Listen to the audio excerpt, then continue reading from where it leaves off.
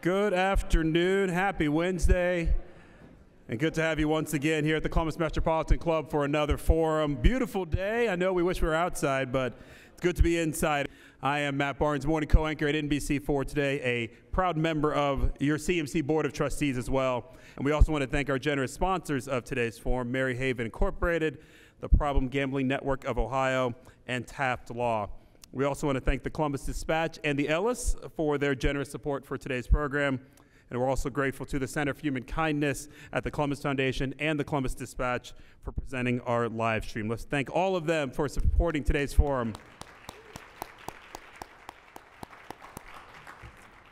And like I said, this one should be a good one because it is time to place your bets, everyone. Sports betting for adults became legal in January 1st of last year, and it is now a $7.6 billion industry right here in the state of Ohio. That's $7.6 billion in just 12 months.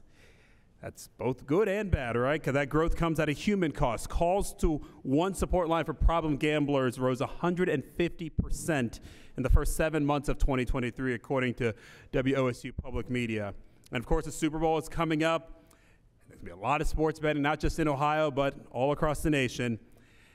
So we're going to dive into the impact of all that sports betting right here in Ohio to ask who's winning, who's losing, and then what is next. And we are so happy to have such a distinguished panel of experts here to talk about it. We have with us Dan Dodd, Vice President of Government Relations for ZHF Consulting, Stacy Fronapple-Hassan, Chief of the Office of Prevention and Problem Gambling with the Ohio Department of Mental Health and Addiction Services, Oyama Garrison, President and CEO of the Mary Haven Addiction Treatment Center, and Matt Schuler, Executive Director of the Ohio Casino Control Commission. I will now step aside and leave you in the very, very capable hands of Rob Aller, sports reporter and columnist of the Columbus Dispatch. Rob.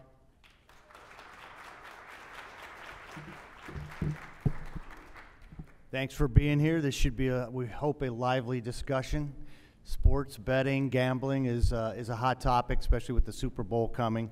We're going to delve into some issues with mental health and finances, but first, just going to give you a little brief history of sports betting in this country. The history started in 1600s when the early colonists brought horse racing here. In the mid-18th century, betting kind of became frowned upon because it lost its appeal. Why? Baptists and Methodists, not judging anybody, considered it a sinful deal. But you can't keep a good gambler down. So in the 19th century, sports betting returned with a flourish, attracting a diverse audience from the affluent to the middle class and the poor. Among the more popular sports, willing to take your money and give it, alligator fighting. Hate to see the loser on that one. Eventually, horse racing and boxing swamped the gators. New Orleans was America's first sports betting and gambling center. Then came New York, then Chicago, then finally Las Vegas, Atlantic City in there too, which Vegas legalized sports betting in 1931.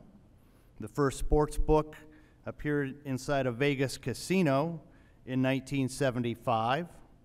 And in 2018, a big date, the Supreme Court struck down the 1992 federal ban on sports betting, after which football, baseball, hockey, basketball changed their anti-betting stance and welcomed wagering with open arms because it meant money.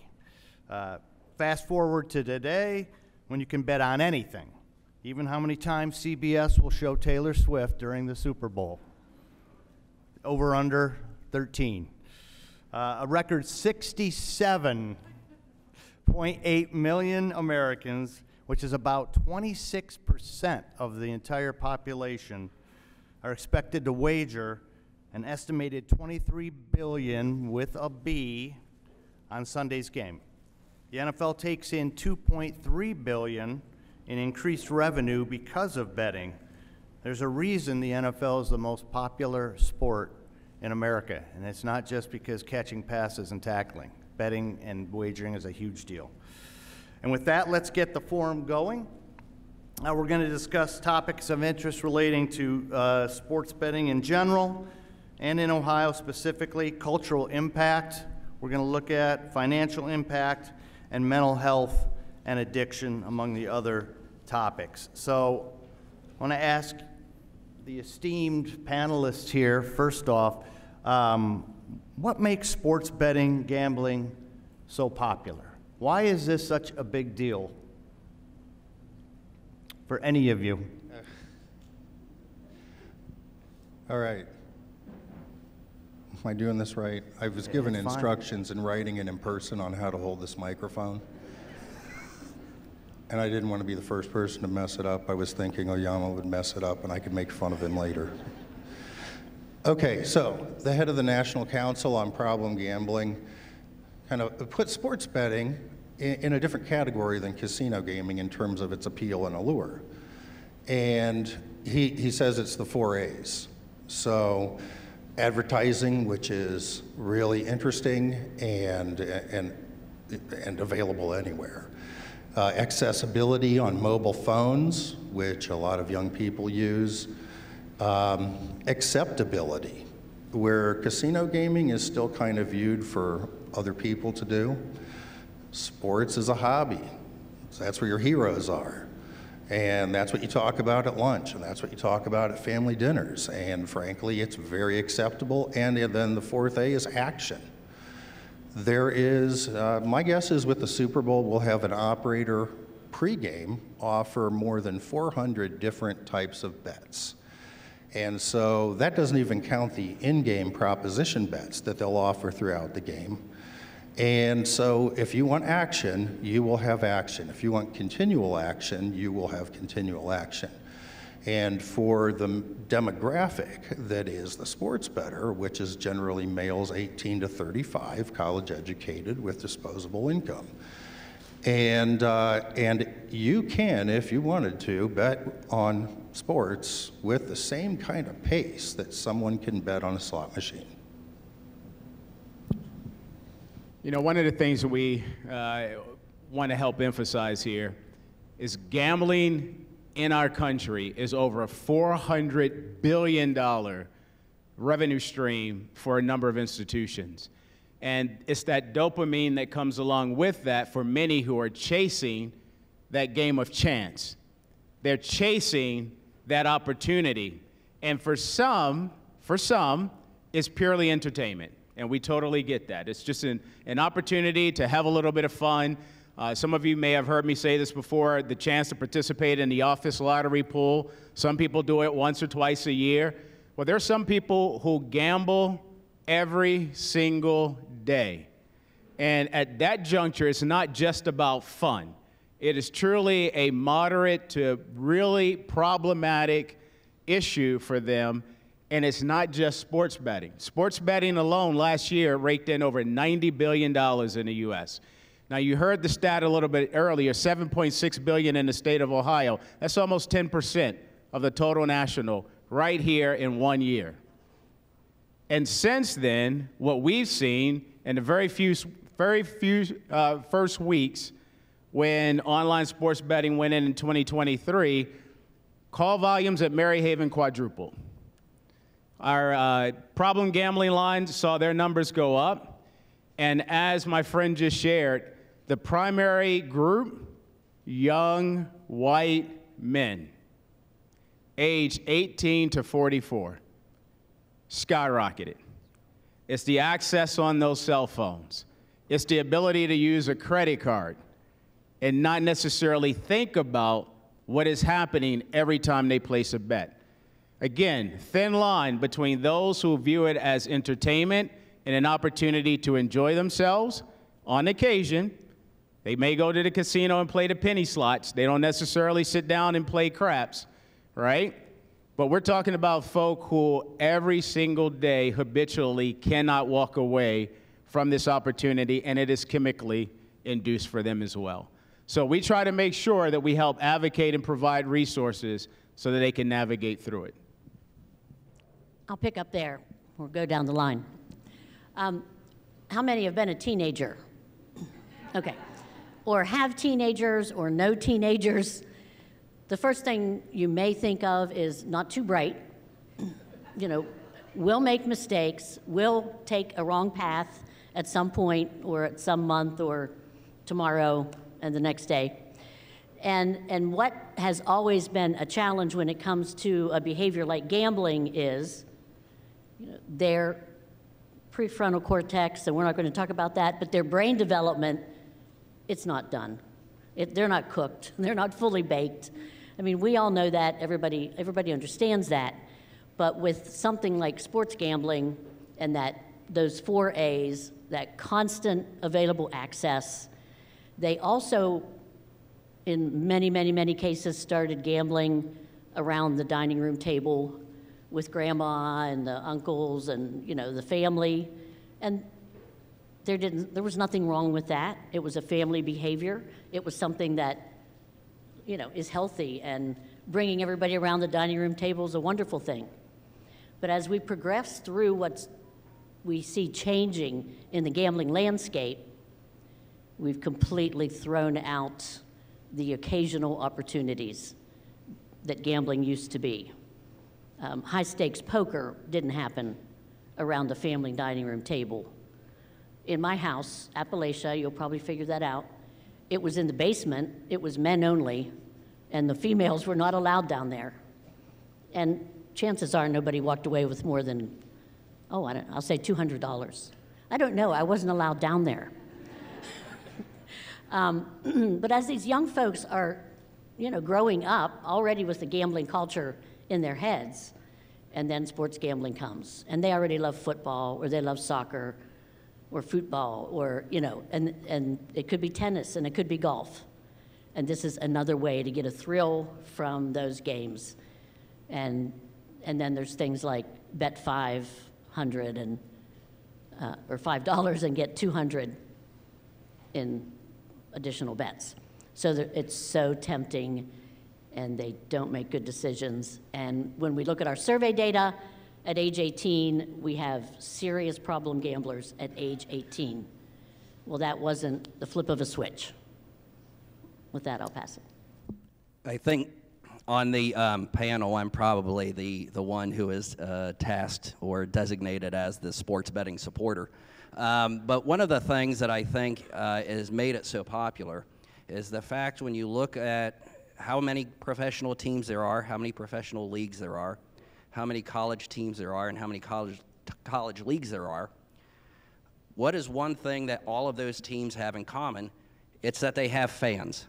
And when you look at the media landscape and the way that it is now, people going away from cable, going to streaming services where they can sign up to watch whatever team where they went to college, where they currently go to college, whatever professional sport they're interested in, they can go out and buy a subscription to watch that basically whenever they want.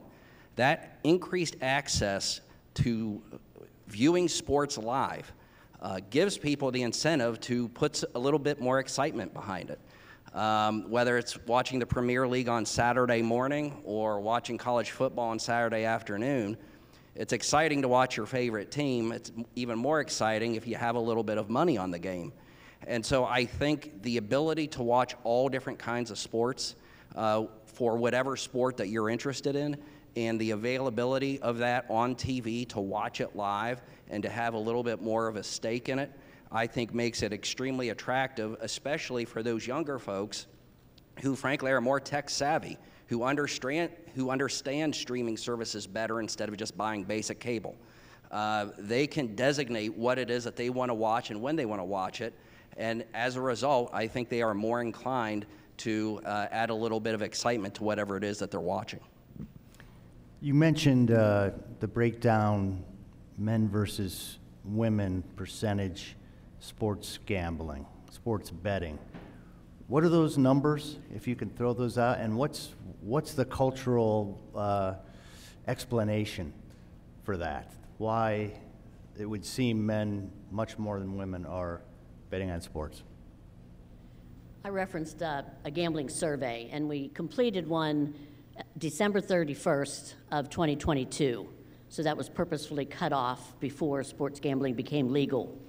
So keep that in mind. We're talking about pre-legal sports gambling in Ohio. At that point, we already knew that only 17% of Ohioans were not gambling. We knew that 20% of Ohio adults were already at risk based on their gambling behaviors. Low risk, middle risk, high risk, which is probably diagnosable, 255,000 people.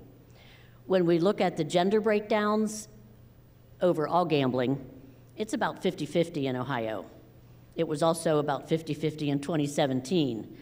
So even though the females weren't allowed in my basement, in Ohio today, we have gender equality when it comes to gambling. Anybody else? One thing, if I can just throw in as we're talking about, you know, specifically who's gambling in the state of Ohio and how prevalent sports gaming is. I mean, sports gaming has been very much alive and well in Ohio for a very long time. And likely with bookies that people knew, particularly where Stacy's from in the Ohio Valley, where it is a family affair after all. I didn't know a candy store wasn't really a candy store until I went to Steubenville. But they had nice offerings. And so through the surveys that we've done, starting in 2011, every 5 years after that, what we saw surprised me. It showed that those who choose to engage in sports gambling as their type of gambling activity have a much higher rate of at-risk or problem gambling behavior than any other type of gambling, including casino gaming. And not much above it, but above it. And yet, when you look at the calls to the helpline, it's negligible who calls in for help with a sports gambling problem. Part of that was because it was illegal. And people would stay in the shadows because they didn't want to come forward and admit that they were engaging in illegal activity. And what we saw, and this I think contributed to part of the huge spike in calls to the helpline, in particular, when we launched sports gaming, was people finally being able to reach out and talk about it. And anecdotally, a lot of clinicians and treatment professionals also said for the first time they're seeing people walk into their offices that are young and looking for help. And so, you know, if we look at the plus side of legalization, being able to come forward and get help and get treatment and talk about this in the light has proven to be a very good thing. Let's switch gears here. Let's follow the money. Where is the money going to, and how much money are we talking? Let's talk financial impact in Ohio specifically. What does sports betting bring in? Is there a cost in treatment? All these things. It's not all positive. It's all not negative. Well, I can take a crack at that. My agency actually audits all the numbers that come in every month. So, as was mentioned before, the over $7 billion is how much Ohioans wagered, which, I mean, really you do kind of step back and say, wow, $7 billion? Where did it all come from, right?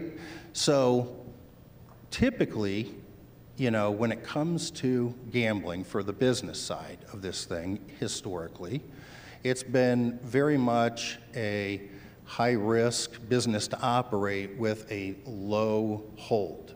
So typically for every dollar wagered, a sports book would keep a nickel in profit, and with that nickel pay for everything that they need to do. In Ohio's first year, that hold is more like 12%. And so the amount of revenue that Ohio sports books took in was just over $900 million. So folks said Ohio would be a $1 billion market in terms of revenue to the operators, and it's pretty close. And I think part of that was pumped up by the first month of January with a lot of promotional, the novelty of the game, and we had some pretty important sporting events going on. So we'll see if, I don't think January this year will be like January last year, but it brings in significant money that goes to fund K through 12 education. That's where 98% of the tax, which is 20% on sports gaming, goes, and 2% of that goes to help problem sports gaming and addiction services. One of the good things is that gambling in and of itself has been recognized as a behavioral health condition that now allows for the level of treatment that we can provide. Now, that treatment in terms of cost can vary. Let's just face it, what we tend to see is a lot of problem gamblers, they don't want to come in and use their insurance because they fear retribution or retaliation from their employers and or just generalized identification. Some of the people that we treat at Maryhaven, they have been convicted of theft and embezzlement because of how addictive this particular gambling scenario can be for them. So when we're treating individuals, it can be as low as a few $1,000s for that person based on the number of therapy sessions that they need to embark upon, or it can skyrocket from there because we're talking about family implications, bringing in the entire family unit for levels of services and treatment. Now, one of the great things is in the state, or in this state in particular in Franklin County, we at Maryhaven have a great partnership with our Adam H. board, and what they've done is they've taken a very innovative approach at this and allowed for any Franklin County resident to receive treatment for free for their gambling addiction. Let's think about that. So exactly what my friend just shared, for a period in time, people were reluctant to go in and receive the necessary care that they need, and now we're clearing those barriers for them so that they can go out and continue to be good contributing members of society. But it is a costly venture.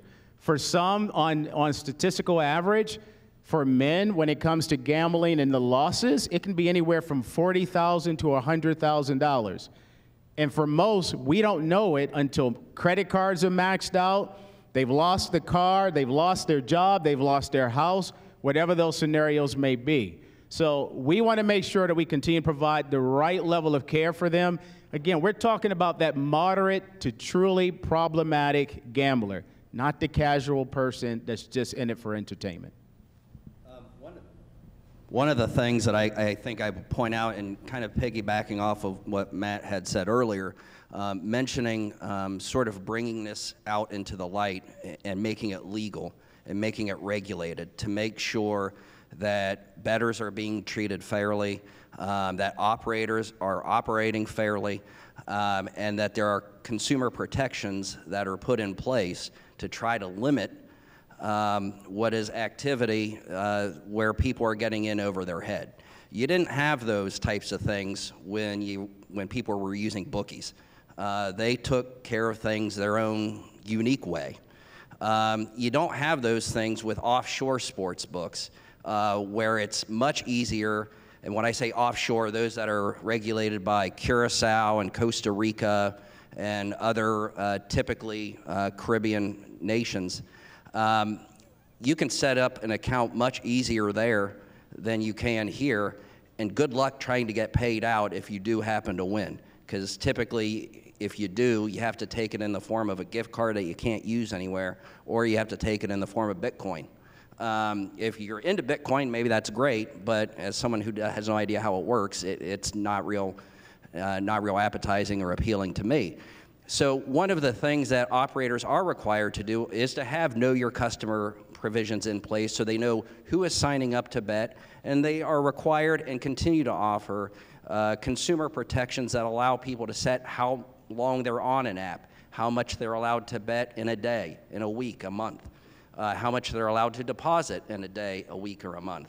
And these types of protections that are there for the consumer will hopefully lead to them being more responsible bettors and be able to enjoy the product in a much better way, because they're not getting in over their head, chasing losses and trying to do things that are really impacting their financial health.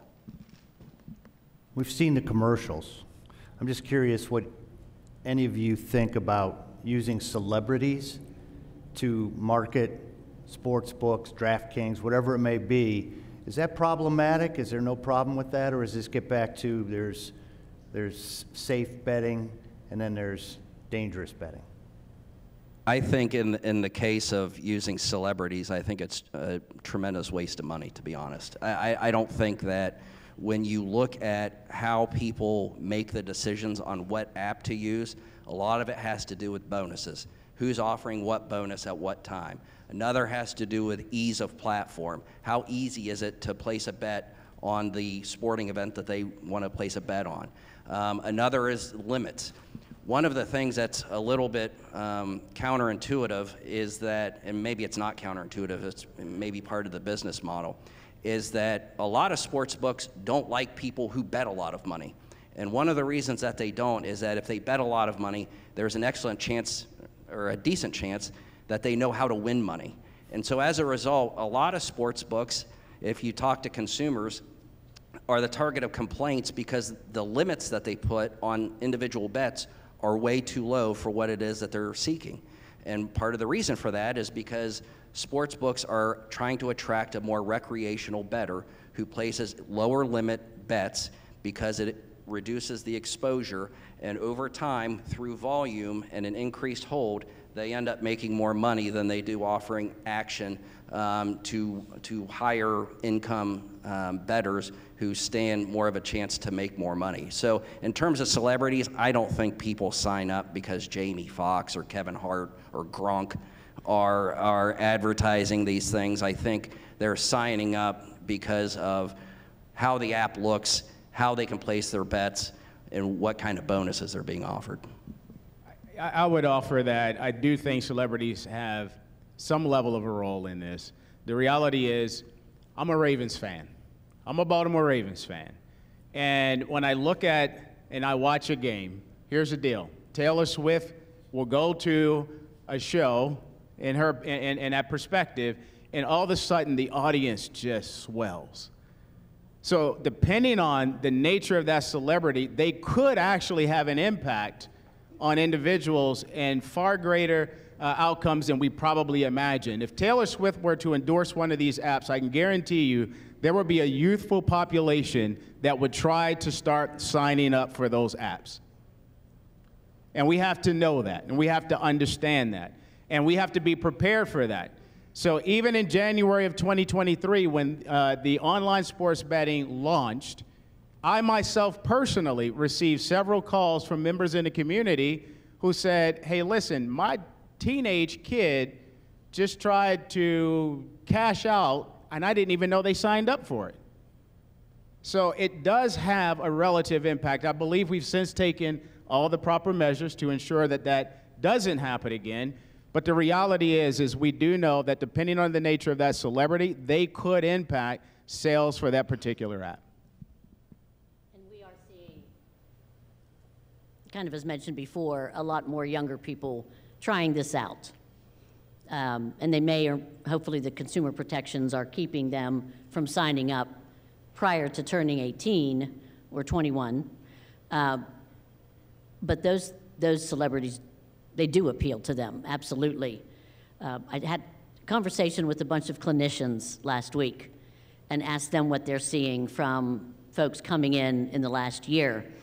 And several of them spoke about how they had people coming in for clinical care who have only been gambling for 1 to 3 months with sports gambling. I mean, that is just putting your toe in the pool and going off the deep end.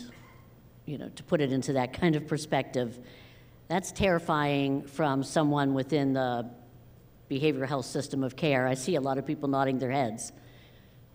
Prior to sports gambling, somebody might show up for clinical care after 7 years, maybe 3 years, 3 months, dramatic shift.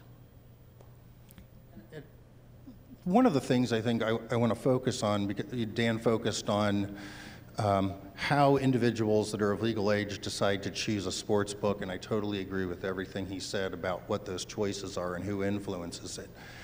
When it comes to celebrities and sports figures, I actually think about those that are 20 and younger and what kind of impact they have on them, because we know they're sports fans just like their adult siblings and parents are.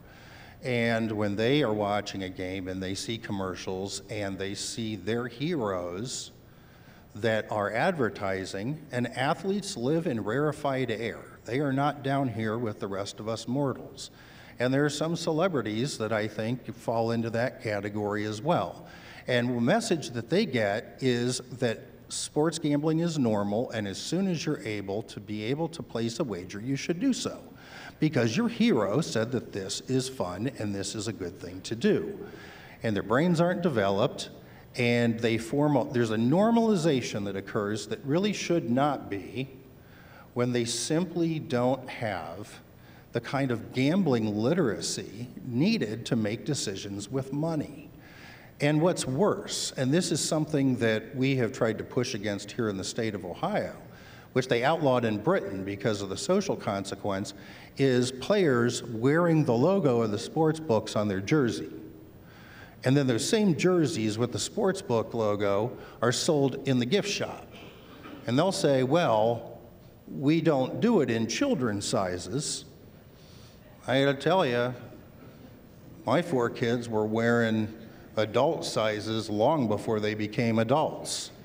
And that was a ridiculous notion. And so kids are walking around with sports book logos here in the city of Columbus.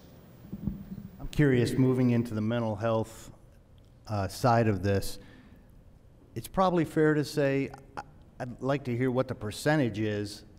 Again, not all sports betting appeals to addicts, I guess. What is the breakdown of addiction to just casual, recreational sports betting? I think that's an important number. And then for the percent that are addicted or it's an issue, what advice would you give to them, to parents, to people in their lives, anyone thinking of betting?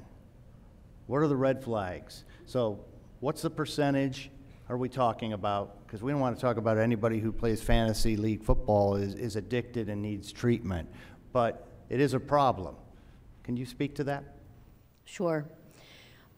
And some of the numbers I'm talking about are clearly through that survey that cut off on December 31st of 2022.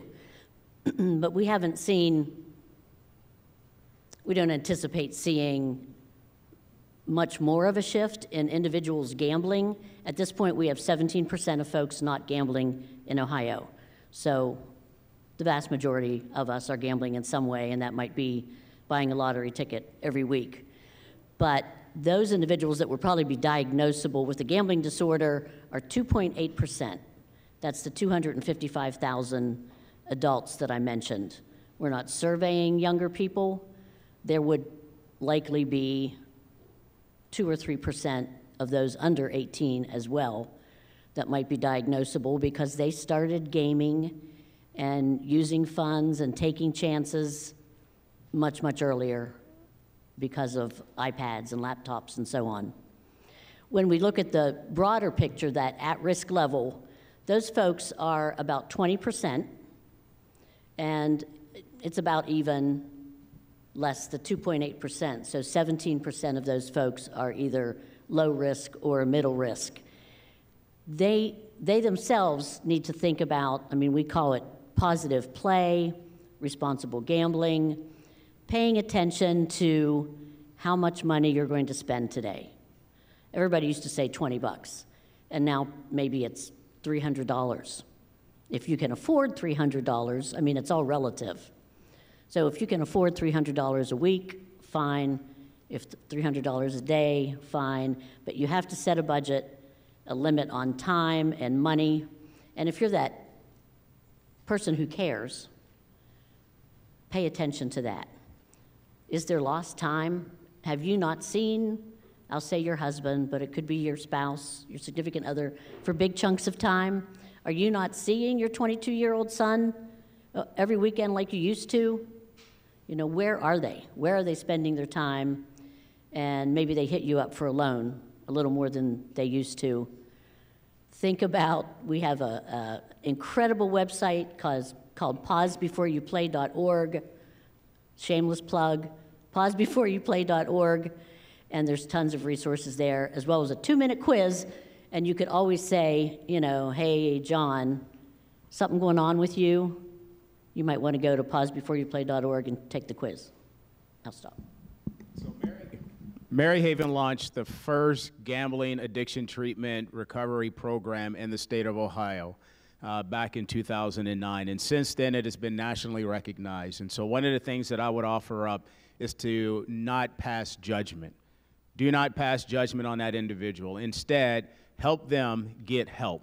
And the best way you can do that is to reach out via the 800 number. You can certainly call us at Maryhaven, visit us at maryhaven.com, and we can get them connected. But there are plenty of signs out there that can help you get at least some beat on what exactly is probably playing out with that individual. Constantly nervous, constantly maxed out on credit cards, always asking to borrow money, those kinds of things.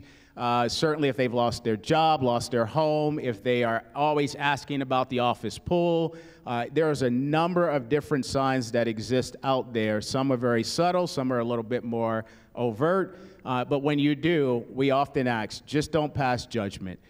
Get them in contact with those who are very capable of walking through recovery and treatment programs with them to help them get their lives back on track. We have been incredibly successful in helping people turn their lives around and ultimately re-engage with their families and or back into the employment community. You know, there are some really interesting stats that we have to think about here. For problematic gamblers, this means the more acute gamblers. What we've often found, too, is that 1 out of 2 of them tend to be domestic abusers.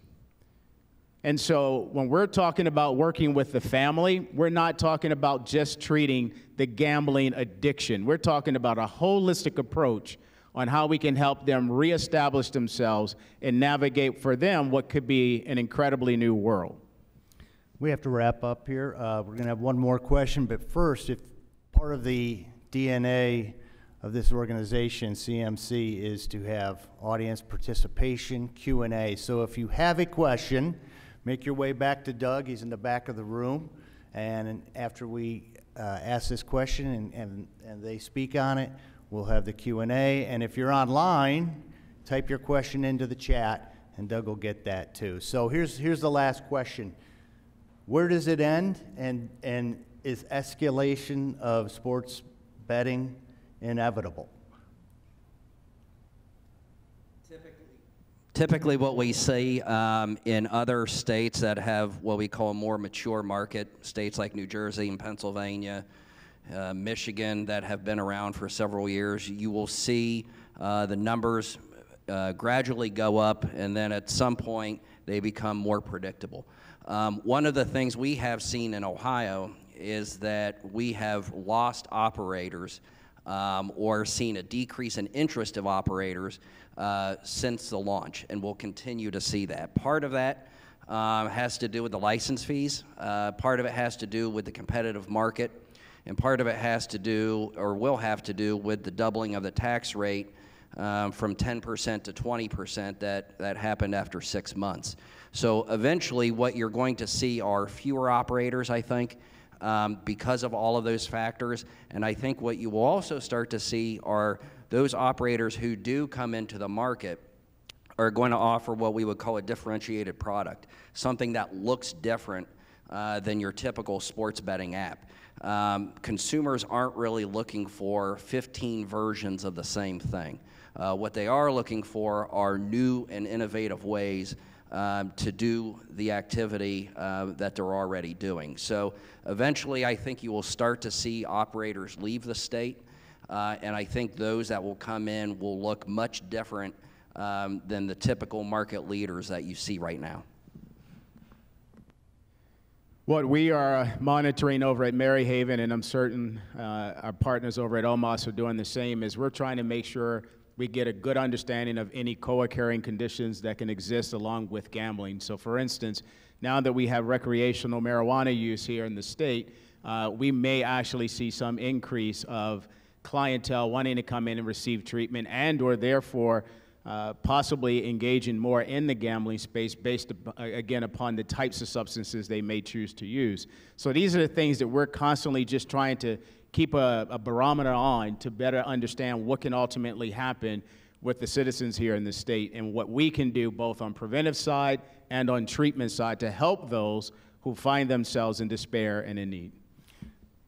If you don't mind, I just want to take one thing to say. There's actually a real positive opportunity here, because everybody's betting online. 98% of all wagers are online. That's where it's happening. And all the operators have a ton of data on their individual users, what they like, what they don't like, when their behavior starts to change. And we are working on a project in coordination with the Department of Mental Health and Addiction Services to work with a company out of the UK who's done this over there to take neuroscience, to take technological experts, gambling experts, and treatment experts, and design an app and deploy that in with each operator's app. And we have willing operators who are going to work with us on this and be able to customize their experience so that the communication on their betting comes directly to them. It's tailored to them. It's put in words that don't push them away but draw them in. And this will be a really unique thing here in the state of Ohio, and I hope it gets pushed out further, that the same data with AI can really be used to help people as much as it can be used to manipulate them. You had to drop the AI thing on us, didn't you? I knew it. It's time for Q&A. Doug, does anyone have questions? Go ahead and move to the back, and he will hand you the mic. And we ask you that you keep it relatively short. And a question is not a statement, so let's keep it to questions. They end with a question mark. Rob, thank you very much, and thank you to today's panelists. So to kick us off, let's see if I can untangle this one a little bit. Thinking about the $7 billion placed on bets in Ohio and working backwards, is there data about where exactly that money comes from? Is it just individual bettors making small bets, or is something else happening? In other words, there is an organized business of taking bets. Is there an organized business of making bets? I think in terms of where the money comes from, there's a couple of things I'm not sure that we hit on. One, we've mentioned the bonus bets. We've mentioned promotional funds or promotional bets that are made.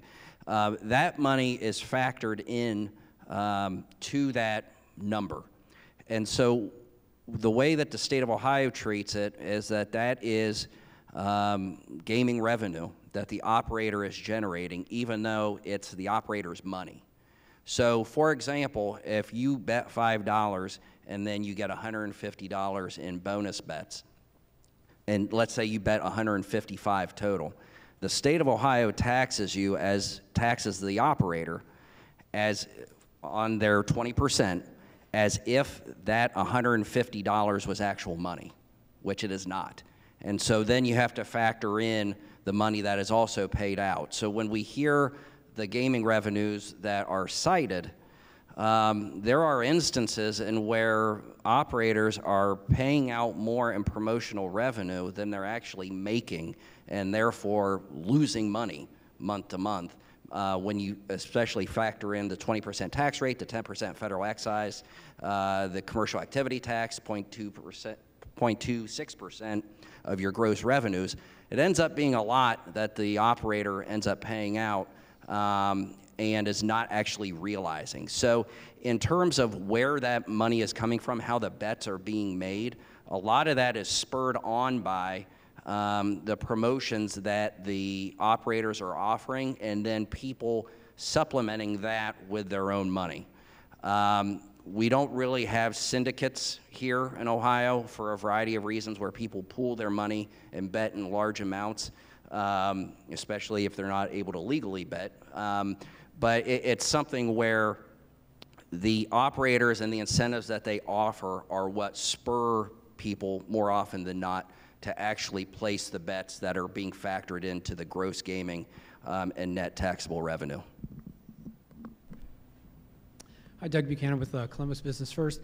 I think the main difference for me between your traditional candy store bookie and these apps is your bookie was not offering action on a random tennis match in Uzbekistan between the 400th and 300th ranked player, but these apps are. And you mentioned AI.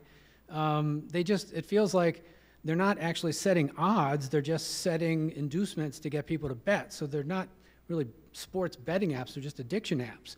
I just don't understand how that fits with know your customer rules where you're supposed to be, throttling that down or setting the limits? I'll give Dan a break because he, poor guy has to be the one to speak for the industry on all of this. I mean, to start with, the state of Ohio said all of what you just said is legal to do. And so you start with it has been green lighted by the General Assembly. When you mention the tennis matches and obscure players that no one has ever heard of, that's for the person that wants to just bet. That's for the person that wants the action. That's the person that's most likely going to be doing at-risk behavior because they need something to bet on, they need the thrill. And so when you get past actually what's the bread and butter of sports books, which is NFL season and March Madness, and you get into really anything else, the further you go down the line into the most obscure sports is just purely placed there for people that are going to bet because they're compelled to do so. And it's the operators also, I'm going to give them credit on this. We require them to do this by rule. They are supposed to already be looking at their customers' behavior to see if there are changes in that behavior that would lead to information that could lead to an intervention or could lead to suspended accounts. What we're trying to do with our project is to take that and make it uniform across the state of Ohio so everyone's getting the best in class product to be able to do this sort of thing. But those I would consider, if there's a red flag on bets on that app, the tennis ones, ping pong, those are the ones you look at and you just kind of shudder. Thank you. Kermit Morse asks, how many or what percentage of gamblers in Ohio are using the limits? And I might also add to that, can you tell us about the Time Out Ohio program? I'll be happy to talk about Time Out Ohio. Okay. There was a voluntary exclusion program prior to what is now Time Out Ohio. And what Mental Health and Addiction Services, but mostly the Lottery Commission and Casino Control Commission have been able to put into place now is that it is a one-stop shop for Ohioans who want to limit their gambling, who want to stop themselves or at least prevent themselves from entering casinos, from sports gambling, and all of that is possible with one application. It's online now. It used to be you had to go somewhere and fill it out. It's very simple, and you can limit yourself for 1 year, 5 years. Is a lifetime still on time? And up to a lifetime. Those can all be appealed at this point, after the first year, after 5 years. And that way, it's a customer protection piece, and it's something that the gambler, him or herself, has control over to the extent that they make that choice for themselves. They cannot be coerced to do that. Who knows what happens behind closed doors, but they are saying, I am doing this because I want to do this, and I'm stepping back for a year, I'm stepping back for 5 years. It's timeoutohio.com or org. I think it's com. An add-on to that. So when we saw mobile betting coming, we wanted to make sure that solutions and tools were available online and we weren't just relying on the same old, same old. So to complement the Time Out Ohio program, we also offer anyone who wants it a downloadable app to up to 5 devices that will ban them once it's downloaded and it can't be taken off for a year. It will not let your device access over 66,000 legal and illegal gambling sites around the world that are constantly updated. So if a person really wants to make sure, because Time Out Ohio keep them from going in the door or playing on an app here in the state of Ohio, but it won't stop them from using an illegal app like Bovada that's very popular. But this app will, and it's free, and it's available on our website. I'm John Lowe. Addiction has always been a little bit elusive. It's hard to define an alcoholic or a shopaholic or a drug addict in terms of being really precise about it. And the question is whether there's something internal, he has something, or is it simply something he or she does? In other words, addictive behavior. I'm wondering what you folks think about that. You consider it there being something internal, and do you have a working definition of a gambling addict? That's a great question. A gambling addict is someone who is driven by compulsive behaviors that negatively impact them, but they still are not able to stop. I'll say for me, it's chocolate. It's, you know, it's destructive. I'm diabetic. I had 5, maybe 6 Hershey's Kisses yesterday. Shouldn't do it. You know, and not to make light of it. When we're talking about alcohol, when we're talking about substance use disorder of any kind, and you know, when you look at brain scans of someone high on coke and brain scans of someone in the midst of a gambling spree, they look the same. Everything's lit up. You know, their brains are completely engaged. So with substance use disorder, it's easy to say you can see the chemical reaction in the brain. It actually looks the same for someone who is addicted to gambling. The medical term is gambling disorder. At this point, it used to be compulsive gambling, pathological gambling, but it is treatable. You know, there is clinical care for that. There are evidence-based practices to help that individual to get them to be gambling-free or in long-term recovery, as there is for other addiction issues. It is free across the state of Ohio with the taxes that we receive from the $7.6 billion and a lot of other gambling funds that come in based on tax dollars. And I would say, you know, we all have a role in that. One thing that hasn't been mentioned, not to end on a downer, but that ultimate outcome for some people is suicide when we're talking about this issue.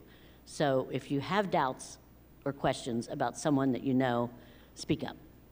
Just to bring this in full context, if you can, by show of hands, how many of you enjoy a nice hot cup of coffee in the morning, right? How many of you have more than 1 cup a day? 3 cups a day. Do you know it's one of the leading drivers of addiction outside of sugar is caffeine? And we all have it, right? In some way, shape, or form. And so think about the person that's also wrestling with gambling addiction. Think about the person that's wrestling with any other type of substance use disorder. For them, if they step away from it for a long time, they can be absolutely fantastic. But the minute they take a sip of that coffee, they're back on, and they're addicted.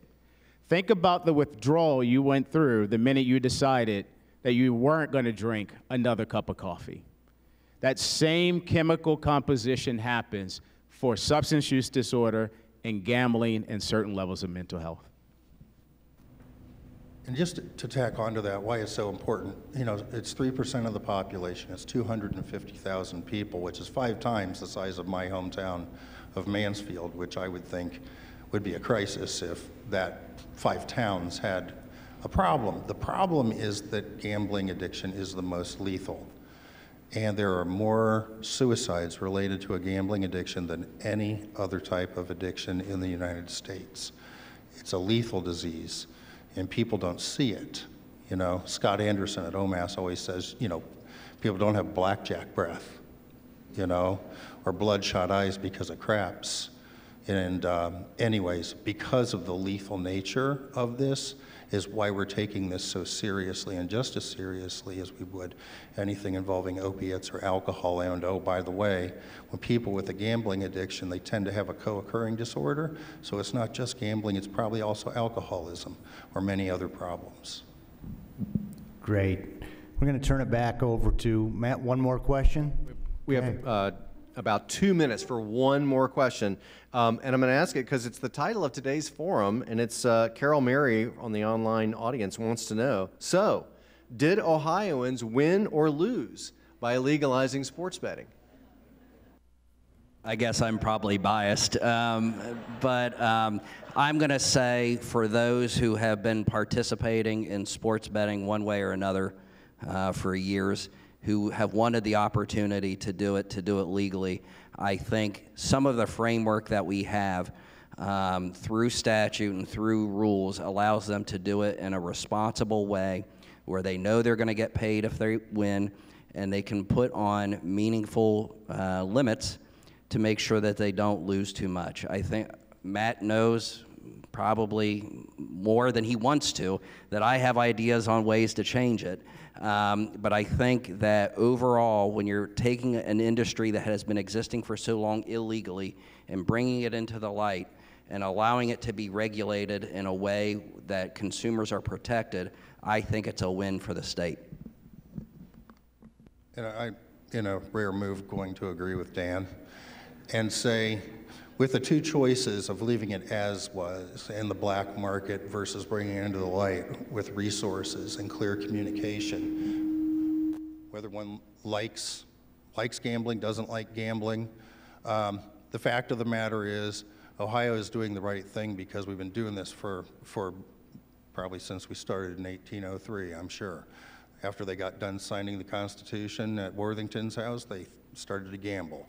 And the fact of the matter is there is much more for the citizens of the state of Ohio through regulated, legalized gambling with a lot of resources that we can credit the General Assembly with that had the foresight to give us the tools and the people the tools who have a problem to be able to deal with that and other folks to operate in a safe, controlled environment.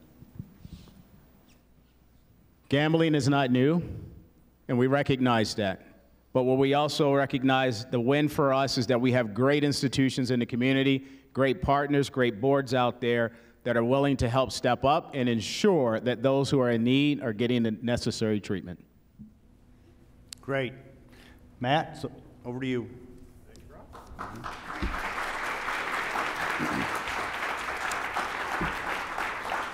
Well, thank you, Rob. Thank you, panel, for an enlightening discussion. I mean, I'm one of the many that sports gamble as well, not very well. But I mean, I hate losing money, so I can't get it. I just won't get addicted because losing money is even more painful. But I do appreciate your guys' candor and your honesty in terms of how complex this is. It's not just as simple as winning and losing money. Sometimes it is about losing lives as well. So we have to make sure we keep an eye on that as well. So thank you so much. Thank you to the generous sponsors of today's forum, Mary Haven Incorporated, the Problem Gambling Network of Ohio, as well as Taft Law. Of course, the Columbus Dispatch, the Ellis, our online seat patrons, the Center for Human Kindness and at the Columbus Foundation, and the Dispatch again for presenting our live stream. And then a very special appreciation to today's panelists one more time for Dan Dodd, Stacy Fronaple-Hassan, Oyama Garrison, Matt Schuler, and our host, Rob Olive. Give them a round of applause.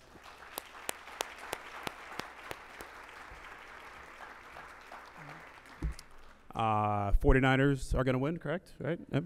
Okay. We don't have to bet on that. We can just say that out loud for fun. And we're tired of the Chiefs, that's all. And I can't believe you root for the Ravens anyways, Oyama. What's wrong with you? We're in Ohio. Anyways, please register now to attend next Wednesday's forum, Understanding the New Landscape of Childcare. That's right here at the Ellis next Wednesday. Thank you again, everyone. Have a great afternoon. Enjoy the sunshine. We'll see you next time.